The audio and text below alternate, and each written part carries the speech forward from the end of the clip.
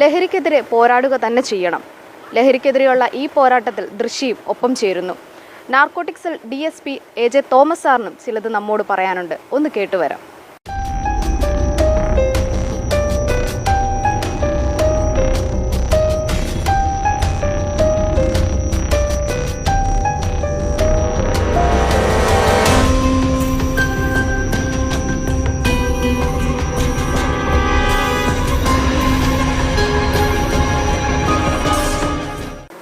അപ്പോൾ സാർ, ഇപ്പോൾ നമ്മുടെ സമൂഹത്തെ ഏറ്റവും വലിയൊരു ഗുരുതര പ്രശ്നമായിട്ട് മാറിയിരിക്കുകയാണ് ഈ ലഹരി.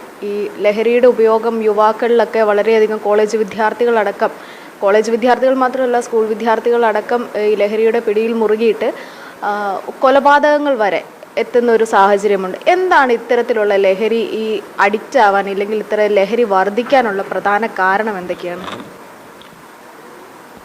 പ്രധാനമായിട്ടും ഇപ്പം നമ്മൾ ഇതിലൊരു പഠനം നടത്തിയതിൽ നമുക്ക് മനസ്സിലാവുന്നൊരു കാര്യം, ഇതിൻ്റെ എല്ലാം തുടക്കം കുടുംബങ്ങളിൽ നിന്ന് തന്നെയാണ്. ബ്രോക്കൺ ഫാമിലീസിൽ പെട്ട കുട്ടികളാണ് പെട്ടെന്ന് ഇതിന് വശംവദരാകുന്നത്. ഇപ്പോൾ വീട്ടിൽ അച്ഛനും അമ്മയും തമ്മിലുള്ള പ്രശ്നങ്ങൾ, വീട്ടിലെ സ്നേഹമില്ലായ്മ, കുടുംബ പ്രശ്നങ്ങളാണ് കൂടുതലും ഇതിലേക്ക് വഴി തെളിക്കുന്നത്. അങ്ങനെയുള്ള കുട്ടികളിൽ അവർ കൂട്ടുകെട്ടുകളിലാണ് ആശ്രയം കണ്ടെത്തുന്നത്.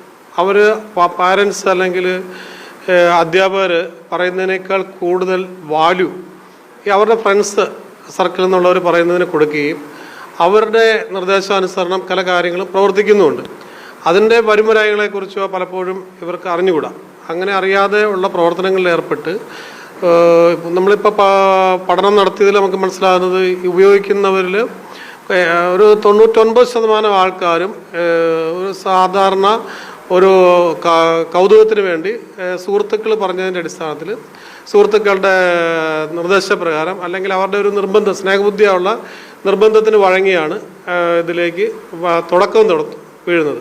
അപ്പോൾ തുടക്കത്തിൽ പലപ്പോഴും ഇവർക്ക് സൗജന്യമായിട്ടൊക്കെ കിട്ടാറുണ്ട്, ഉപയോഗിക്കാറുണ്ട്.